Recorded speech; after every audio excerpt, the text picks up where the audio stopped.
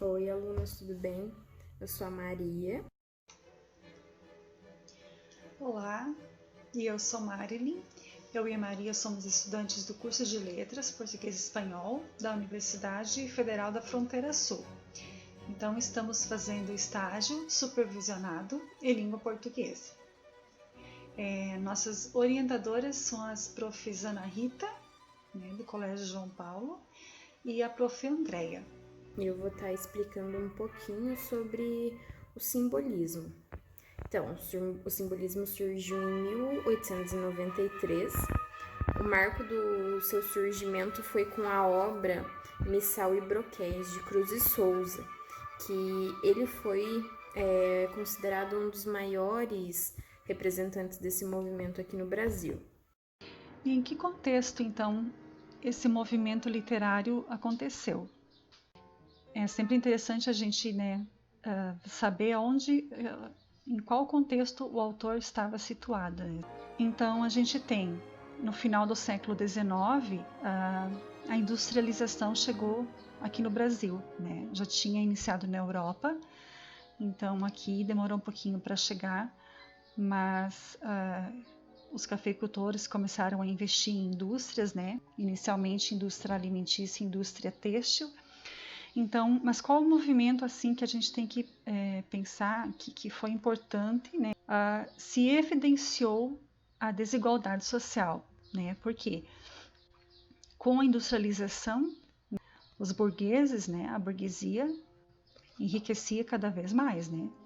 E os trabalhadores? Os trabalhadores começaram a ser explorados. O autor, né, Cruz e Souza, que a gente vai enfatizar aqui, está vivendo esse período, né, de abolição da escravatura, mas que não beneficiou exatamente os escravizados, né, que eles saíam, eram alforriados, libertos sem nenhuma garantia, né, sem nenhum direito. Estava acontecendo também a proclamação da República, né, esse movimento todo de industrialização, de êxodo rural.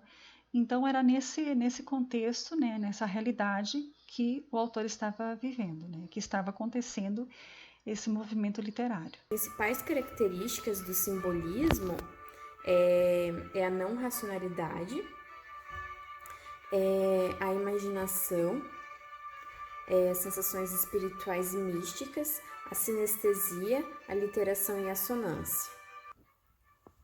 A linguagem que é utilizada no simbolismo, uma linguagem mais frequente, a gente pode perceber que é a transcendentalidade, a subjetividade, o individualismo, a espiritualidade, musicalidade, é uma linguagem mais expressiva e, em algumas vezes, sensuais. Então a gente pode dizer que, né, o simbolismo é uma reação ao parnasianismo, é uma reação àquela perfeição métrica, muita formalidade, muita objetividade. Eles falaram, não, queremos uma coisa mais próxima do sonho, vamos imaginar, vamos sonhar. Né? Então, o simbolismo tem uma escrita, uma perspectiva transcendente, mística e espiritual. Então, quando a gente lê, por exemplo, uma poesia do Cruz e Souza, parece que não forma aquela imagem nítida, né? Parece que fica uma coisa meio enevoada, meio, não sei, né? Meio é mistério, né? É subjetivo. O autor que a gente vai dar mais enfoque na aula de hoje é João da Cruz e Souza. Ele nasceu em 1861 e faleceu em 1898. Ele é natural aqui de Floripa, né? Florianópolis, Santa Catarina. E nas suas obras a gente percebe que tem muito da espiritualidade e musicalidade, né? Ele sofreu muito preconceito por ser negro e no simbolismo eles davam mais ênfase à cor branca. Então, olha aí, nosso poeta Cruz e Souza, os pais dele se chamavam Guilherme da Cruz e Carolina Eva da Conceição. Então esse Souza veio da onde, né? O sobrenome Souza ele herdou do senhor, né, que era dono dos pais dele. Os pais dele eram escravos alforriados, né, e ele vivia, passou a ser protegido, né, do senhor, como era protegido desse coronel. Ele foi educado no Ateneu Provincial Catarinense, que era uma escola, né, destinada aos filhos da elite, né? Então ele teve uma boa educação. E ele foi Corse, então ele já aos 8 anos ele já declamava, já citava poesias de sua autoria. E foi um leitor muito sofisticado, lia autores importantes da Europa, entre eles Baudelaire. O marco inicial do simbolismo na Europa foi As Flores do Mal, né, a sua obra. Então ele era um leitor muito assíduo. O nosso autor, né, em dado momento, ele viaja com uma companhia de teatro, né, e acaba tendo uma visão mais abrangente, né, do problema da escravidão. Aí, pouco tempo depois, também ele se engaja, né, na luta abolicionista. Ele critica, escreve em jornais, ele fundou um jornal, colabora com outros. Deixou também, certa vez, de assumir um cargo de promotor por conta do racismo, né? Então, em certo momento, ele se muda para o Rio de Janeiro, né, um local menos racista e mais um centro literário, né? E lá conhece vários autores importantes da época, né, no Brasil. Então, em certo momento, ele assume cargos na Companhia da Estrada de Ferro Central do Brasil, né, cargos modestos, aquém da sua capacidade. Passa a ter problemas financeiros. Nesse tempo, ele se casa com Gavita, né, em 1891, com quem teve filhos, e 2 deles morreram com tuberculose. Então, aí depois a sua esposa também passa a ter problemas de saúde mental. Então, o final da sua vida muito difícil, com dificuldades financeiras, e lançou em vida várias obras, mas também teve obras dele lançadas póstumamente, né? Então ele não viu o reconhecimento, né, dessas obras em vida. Essa é uma imagem mais famosa que temos do nosso autor, uma das únicas também, porque tem pouquíssimas imagens dele, eu achei só 4, talvez. Então ele é um autor que expressa, né, suas ideias abolicionistas, que critica, que denuncia, né, a ineficiência de uma abolição da escravatura, né? Então, como a Maria já falou, né, os escritos do poeta eram permeados de musicalidade, né? Tinham ritmo, tinham melodia, tinham sensações, elementos de sonho, sensualidade. Esse aí é um museu histórico de Santa Catarina, que em 79 passou a ser chamado de Palácio Cruz e Souza, né, em homenagem ao poeta. Em Florianópolis, nós também temos um mural em homenagem ao autor, mural Cisne Negro, feito em 2019, que fica ao lado do Palácio Cruz e Souza. E esse ano também foi lançado no comentário homônimo, nesse contexto, né, do movimento mundial, Vidas Negras Importam.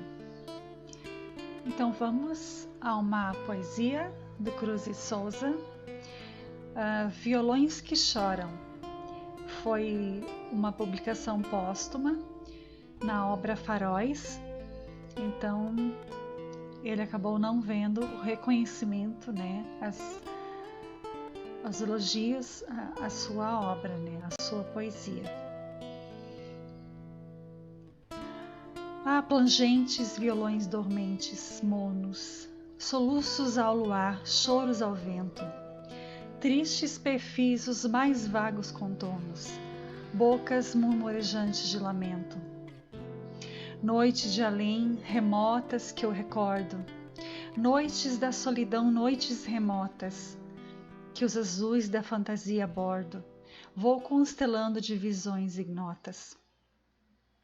sutis palpitações à luz da lua, anseio dos momentos mais saudosos, quando lá choram na deserta rua as cordas vivas dos violões chorosos. Esse poema tem originalmente 36 estrofes, é bastante longo, mas trouxemos algumas para vocês perceberem e identificarem a essência das obras simbolistas.